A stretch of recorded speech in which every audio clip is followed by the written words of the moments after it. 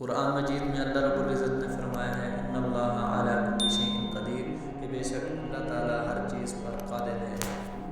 حالات جتنے بھی سنگین ہو جائیں اللہ کی رحمت سے مایوس نہ ہوں، ہر حال میں اپنے رب پر بھروسہ رکھیے، کیونکہ اللہ رب العزت ہی ہے قادر مطلق، جو چاہتے ہیں وہ کرتے ہیں۔ جہاز ڈوبنے کا ایک حیرت انگیز واقعہ۔ سامان سے لدا ہوا ایک بحری جہاز جو محو سفر تھا کہ تیز ہواؤں کی وجہ سے وہ الٹنے لگا۔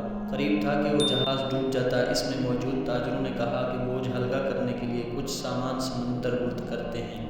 تاجروں نے مشورہ کر کے طے کیا کہ سب سے زیادہ سامان جس کا ہو وہی پھینک دیں گے۔ جہاز کا زیادہ تر لوڈ ایک ہی تاجر کا تھا۔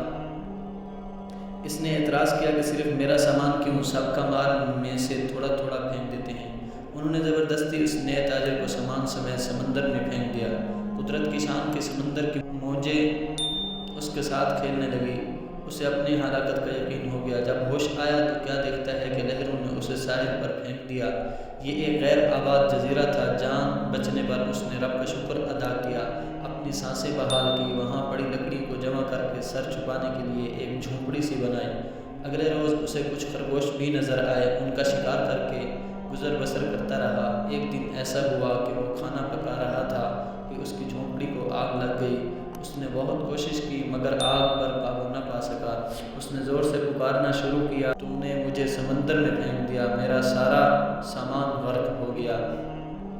اب یہی جھونپڑی تھی میری کل کائنات، اسے بھی جلا کر راکھ کر دیا، اب میں کیا کروں؟ یہ شکوہ کر کے وہ خالی پیٹ سو گیا۔ صبح جاگا تو عجیب منظر تھا، دیکھا کہ ایک کشتی ساحل پر لگی ہے اور ملاح اسے لینے آئے ہیں۔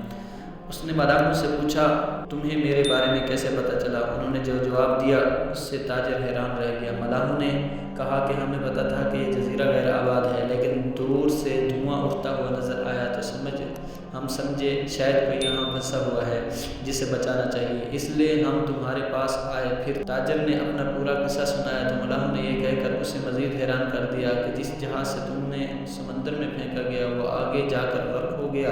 یہ سن کر تاجر سجدے میں گر گیا، رب کا شکر ادا کرنے لگا اور کہا کہ پاک ہے وہ ذات جس نے مجھے بچانے کے لیے تاجروں کے ہاتھوں سمندر میں پھینکوایا۔ اپنے بندوں کے بارے میں وہی زیادہ جاننے والا ہے۔